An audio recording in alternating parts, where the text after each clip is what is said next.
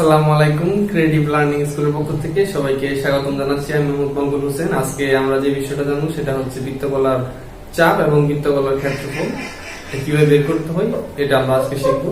তো প্রথমে হচ্ছে একটা বৃত্তর মধ্যে এগুলো হচ্ছে বৃত্তের চাপ, এটা হচ্ছে বৃত্তের কেন্দ্র, এটা হচ্ছে ব্যাসার্ধ। যদি আমরা এই চাপটাকে আমরা লক্ষ্য করি, এটা হচ্ছে একটু বৃত্তের চাপ, এটা হচ্ছে ব্যাসার্ধ, এটা হচ্ছে কোণ। তো একটা জিনিস সেটা হচ্ছে এই চাপ সমানুপাতিক কোণ, আর এই কোণটা হইতে হবে আমাদের একটা বৃত্তের কেন্দ্রস্থ কোণ। সমানুপাতিক মিন্স চাপ যত বাড়বে যে কোণ, এই কোণের পরিমাণও তত বাড়বে। এই জিনিসটা হচ্ছে মেন। তার মানে এই জায়গায় হচ্ছে চাপ যদি এতটুকু হয়, তার কোণ এতটুকু। চাপটা যদি এই জায়গা থেকে একটু বেশি হয়ে যায়, ধরি চাপটা যদি এই জায়গা থেকে এতটুকু পরিমাণ হয়ে যায়, তখন এই জায়গায় যে কোণটা, কোণের পরিমাণটা বৃদ্ধি। এই জায়গায় চাপ হচ্ছে এতটুকু, এই চাপের কারণে এই এতটুকু কোণ উৎপন্ন করছে। তার মানে আমরা বলতে পারি চাপ যদি বেশি হয় তাহলে যে কোণের পরিমাণ, এই কোণের পরিমাণটা হবে বেশি। তো এই যে একটা কারণ হচ্ছে কেন্দ্রস্থ কোণ। এই কেন্দ্রস্থ কোণটা কি আমরা এখন দেখব। তো একটা বৃত্তের মধ্যে দুই ধরনের কোণ উৎপন্ন হয়, একটা হচ্ছে বৃত্তস্থ কোণ আর একটা হচ্ছে কেন্দ্রস্থ কোণ। তো এটা যদি একটা বৃত্ত হয়, এটা হচ্ছে তার কেন্দ্র, এদিকে একটা লম্ব টানলে, এদিকে লম্ব টানলে যে কোণটা, এই কোণটাকে আমরা বলছি কেন্দ্রস্থ কোণ।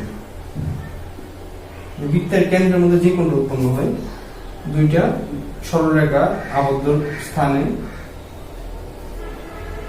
অন্যদিকে এই জায়গায় একটা কোণ উৎপন্ন হচ্ছে, এই কোণটাকে বলতেছি আমরা বৃত্তস্থ কোণ। বৃত্তের পরিধির মধ্যে যে কোণটা, এই কেন্দ্রস্থ কোণ এবং বৃত্তস্থ কোণের মধ্যে একটা সম্পর্ক রয়েছে। এই সম্পর্কটা হচ্ছে কেন্দ্রস্থ কোণের পরিমাণটা হবে সবসময় এই বৃত্তস্থ কোণের পরিমাণ থেকে দ্বিগুণ। এটা যদি 20 ডিগ্রি হয়, এটা হবে তার দ্বিগুণ, তার মানে 40 ডিগ্রি। এটা যদি 60 ডিগ্রি হয়, এটা তার অর্ধেক হবে, এটা হবে 30 ডিগ্রি। তো এইভাবে কেন্দ্রস্থ কোণ এবং বৃত্তস্থ কোণের ধারণাটি আশা করি ক্লিয়ার হয়েছে। এখন আমরা দেখব বৃত্তকলার চাপ এবং ক্ষেত্রফল কিভাবে বের করতে হয়।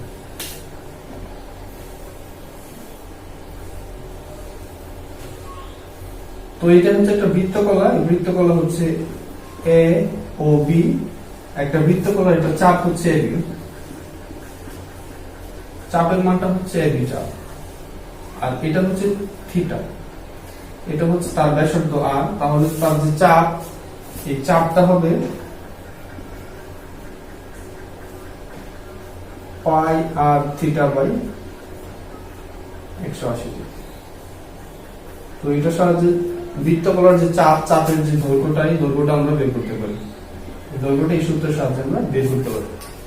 তো আমরা যদি একটা ম্যাথমেটিক্যাল প্রবলেম দেখি, তো এটা হচ্ছে একটা বৃত্ত। এই বৃত্তের মধ্যে 30 ডিগ্রি কোণ উৎপন্ন হলো। তো বৃত্তটার ব্যাসার্ধ হচ্ছে 20 সেন্টিমিটার। তাহলে এই চাপটা কত? তাহলে এই জায়গায় হচ্ছে আমাদের আর ইকুয়াল হচ্ছে আমাদের 20 সেন্টিমিটার, আর থিটার ভ্যালুটা হচ্ছে আমাদের 30 ডিগ্রি। তাহলে চাপ ইকুয়াল আমরা জানি পাই আর থিটা বাই 180। তাহলে যে পাই এর মানটা 3.1416, আর এর মান হচ্ছে 20, থিটা মান হচ্ছে 30 এবং বাই 180। এটা যদি আমরা ক্যালকুলেশন করি, তাহলে আমরা যে বৃত্তকলার যে চাপ, এই চাপের মানটা আমরা পাবো। তো বৃত্তকলার চাপ যদি আমরা পাই, তাহলে আমরা বৃত্তকলার ক্ষেত্রফল বের করতে পারবো। এই বৃত্তের ভিতরে যে পরিমাণ জায়গা রয়েছে, এই জায়গাটার ক্ষেত্রফল হচ্ছে পাই আর স্কয়ার। আর হচ্ছে ব্যাসার্ধ।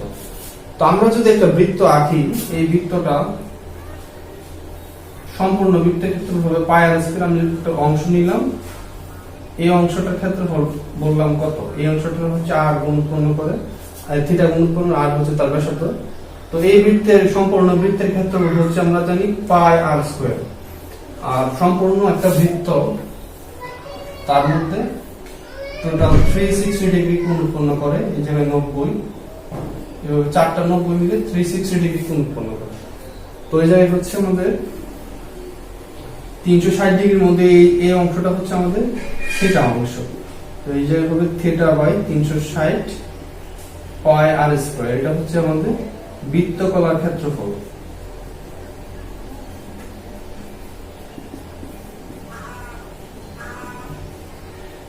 বৃত্তকলার ক্ষেত্রফল বের করার ইকুয়েশন।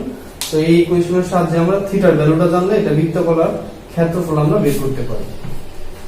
তো এখন আমরা একটা ম্যাথমেটিক্যাল প্রবলেম দেখব কিভাবে বৃত্তকলার ক্ষেত্রফল বের করতে হয়।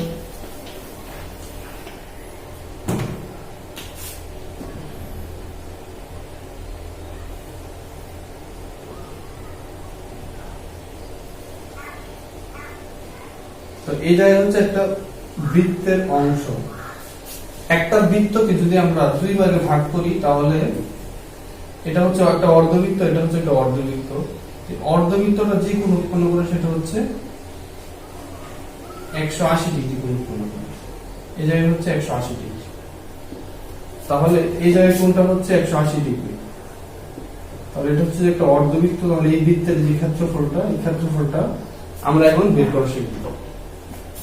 তো এই যে এই জিনিসটা এ ও বি, ও হচ্ছে বৃত্তের কেন্দ্র যদি হয়, এ বি হচ্ছে তার ব্যাস। তো পরীক্ষার মধ্যে যা রাখলো এ বি যে ব্যাস, এই ব্যাসের মানটা হচ্ছে 50 সেন্টিমিটার। তাহলে এ ও তার ব্যাসার্ধ হবে তার অর্ধেক, তো ব্যাসার্ধ হবে 25 সেন্টিমিটার। তখন এখন আমরা এই বৃত্তটার মধ্যে কত ডিগ্রি কোণ উৎপন্ন করে এটা আমরা জানলাম 180 ডিগ্রি। তো থিটার মানটা হচ্ছে 180 ডিগ্রি। আর ব্যাসার্ধ মানে হচ্ছে আর, রেডিয়াস এই আর এর মানটা হচ্ছে 25। এই দুইটা জিনিস আমরা ব্যবহার করব, ব্যবহার করে আমরা ক্ষেত্রফলটা করব। ক্ষেত্রফল আমরা জানি theta by 360 pi r square. তো থিটার ভ্যালুটা হচ্ছে আমাদের 180। এই যে এই জায়গায় হচ্ছে 180, এটা হচ্ছে থিটা। নিচে হচ্ছে আমাদের 360 ইনটু পাই এর মান আমরা জানি 3.1416, আর এর মানটা এই জায়গা থেকে বের করলাম 25। এভাবে যদি আমরা ক্যালকুলেশন করি তাহলে আমরা যে মানটা পাবো সেই মানটা হচ্ছে বর্গ সেন্টিমিটার।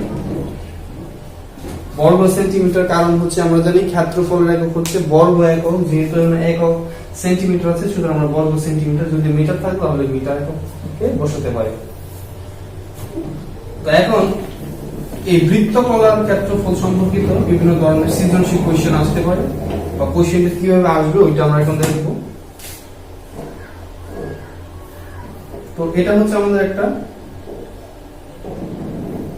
ত্রিভুজ। তো এই জায়গায় হচ্ছে ত্রিভুজ, আর ত্রিভুজের উপর একটা অর্ধবৃত্ত দিয়ে রাখবে, বলবে অর্ধবৃত্তের ক্ষেত্রফলটা এবং ত্রিভুজের ক্ষেত্রফলটা যোগ করলে যোগফলটা কত।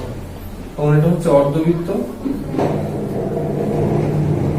এটা হচ্ছে ত্রিভুজ।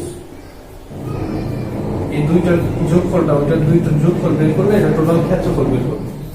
অন্যদিকে থাকতে পারে এরকম একটা বর্গ আয়তক্ষেত্র থাকবে, এই আয়তক্ষেত্রের উপর একটা থিটা কোণ দিয়ে একটা বৃত্তকলা আঁকা দেবে। তো কোশ্চেন করবে এই জায়গায় এটা এবং এই বৃত্তকলার ক্ষেত্রফল, এটা হচ্ছে একটা বৃত্তকলা যার থিটার ভ্যালু দেওয়া থাকবে, আর এটা হচ্ছে একটা আয়তক্ষেত্র। একটা বৃত্তকলা যদি ছোট হয় ওইটার থিটার ভ্যালুটা দেওয়া থাকবে, এবং যদি অর্ধবৃত্ত হয় তখন থিটার যে ভ্যালুটা, এই ভ্যালুটা আমরা জানি 180 ডিগ্রি। একটা বৃত্তের মধ্যে 360, যেহেতু এই জায়গায় অর্ধবৃত্ত তার মানে এটা হবে 180 ডিগ্রি। আচ্ছা, তাহলে এটা হচ্ছে বৃত্তকলা। তো এইভাবে থাকতে পারে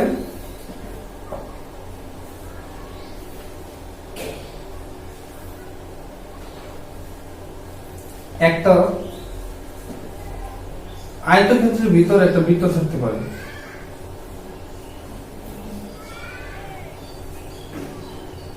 একটা বৃত্তকলা, এটা থিটা, এটা হচ্ছে একটা বৃত্তকলা। এই থিটার মানটা বললো 60 ডিগ্রি। আচ্ছা, এটা বৃত্তকলা কি, এটা যদি আমরা অঙ্কন করি তার মানে আমরা একটা বৃত্ত পাবো। ঠিক আছে, এটা হচ্ছে এভাবে একটা বৃত্তকলা। তো এই কয়েকটা সিস্টেমে পরীক্ষার মধ্যে সৃজনশীল প্রশ্ন থাকতে পারে বৃত্ত এবং বৃত্তকলা সম্পর্কিত। তাছাড়াও আমরা সমকোণী ত্রিভুজ, এই সমকোণী ত্রিভুজের এই অতিভুজের মধ্যে একটা অর্ধবৃত্তকে বলতে পারি সম্পূর্ণটার ক্ষেত্রফল কত। তো এটা হচ্ছে একটা সমকোণী ত্রিভুজ আর এটা হচ্ছে একটা অর্ধবৃত্ত, এই দুইটার ক্ষেত্রফল আমরা যোগ করলে আমরা মান বের করতে পারবো। এই জন্য হচ্ছে অনেক সময় এই অতিভুজের যে মানটা, এই অতিভুজের মানটা হবে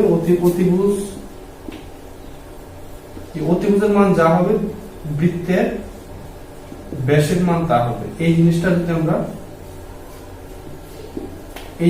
আমরা জানি তাহলে আমরা এই ইকুয়েশন থেকে অনেক কিছু শিখতে পারবো বা বের করতে পারবো। তো আমরা যদি একটা বলি, এটা হচ্ছে একটা সমকোণী ত্রিভুজ, এটার মান হচ্ছে 4, এটার মান হচ্ছে 3, আর এই জায়গায় হচ্ছে একটা অর্ধবৃত্ত আছে। তো এই অর্ধবৃত্তের ক্ষেত্রফলটা কত? তো এটা সমকোণী ত্রিভুজ হলে সমকোণী ত্রিভুজের যে অতিভুজের মান কিন্তু আমরা জানি। তো আমরা জানি অতিভুজ সমান সমান √ ভূমি স্কয়ার ইনটু ভূমি স্কয়ার প্লাস লম্ব স্কয়ার। তার মানে ভূমির মানটা হচ্ছে আমাদের 3, লম্বর মানটা হচ্ছে 4, তাহলে মান হবে 9 প্লাস 16, তার মানে 25, আলটিমেটলি মান আসছে 5, তার মানে এই মানটা হচ্ছে 5। তাহলে 5 যদি হয় তাহলে এই যে বৃত্ত, এই বৃত্তের এতটুকু অংশের মান হবে 2.5, তার মানে এই বৃত্তের ক্ষেত্রে যে আর এই ব্যাসার্ধের মান হবে 2.5। তখন আমরা বের করতে পারবো এটা বৃত্তকলার ক্ষেত্রফলটা কত। যেহেতু একটা অর্ধবৃত্ত সুতরাং এটা হবে 180 degree, pi r square theta by 360। এই ইকুয়েশন দ্বারা আমরা এই অর্ধবৃত্তের ক্ষেত্রফল বের করতে পারি। তো এটাই ছিল আজকে বৃত্তকলা এবং বৃত্তকলার দৈর্ঘ্য নিয়ে আলোচনা। ধন্যবাদ সবাইকে। আসসালামু আলাইকুম।